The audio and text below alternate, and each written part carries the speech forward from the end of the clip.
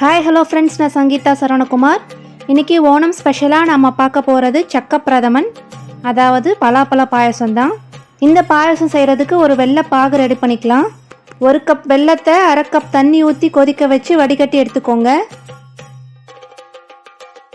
1/2 மூடி தேங்காயில் 1 டம்ளர் தண்ணி ஊற்றி தேங்காய் பால் அரைச்சி வடிகட்டி எடுத்து வச்சுக்கலாம்.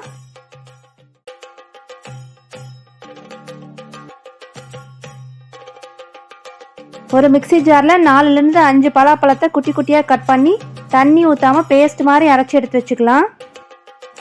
இப்போ ஒரு பேனில் 2 டேபிள் ஸ்பூன் நெய் ஊற்றிக்கலாம். க்ரன்ச்சினஸ்க்காக 2 பலாப்பழத்தை கட் பண்ணி சேர்த்து நெய்யிலேயே வறுத்து எடுத்துக்கலாம். பலாப்பழம் அங்கங்கே கடிப்படும் போது பாயாசம் ரொம்ப டேஸ்ட்டாக இருக்கும். இப்போ நம்ம அரைச்சி வச்ச பலாப்பழ பேஸ்ட்டை இது கூட சேர்த்துக்கலாம். இது கூடவே வெள்ளைப்பாகையும் சேர்த்து நல்லா கலந்து விட்டுருங்க. வாசனைக்காக 1/2 டீஸ்பூன் ஏலக்காய் பொடி சேர்த்துக்கிறேன்.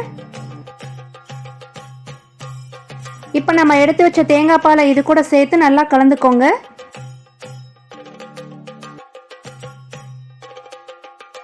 இது எல்லாத்தையும் ஒரு 2 நிமிஷம் கொதிக்க வச்சு ஸ்டவ் ஆஃப் பண்ணிடுங்க.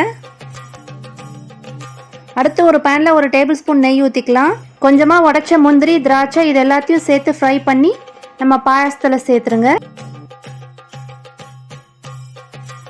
அவ்வளோதாங்க, நம்ம சூப்பர் டேஸ்டான சக்கப்பிரதமன் ரெடி.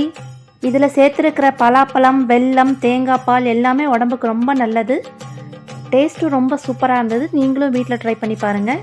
இதே மாதிரி நெக்ஸ்ட் ஒரு வீடியோவில் பார்க்கலாம். Good bye.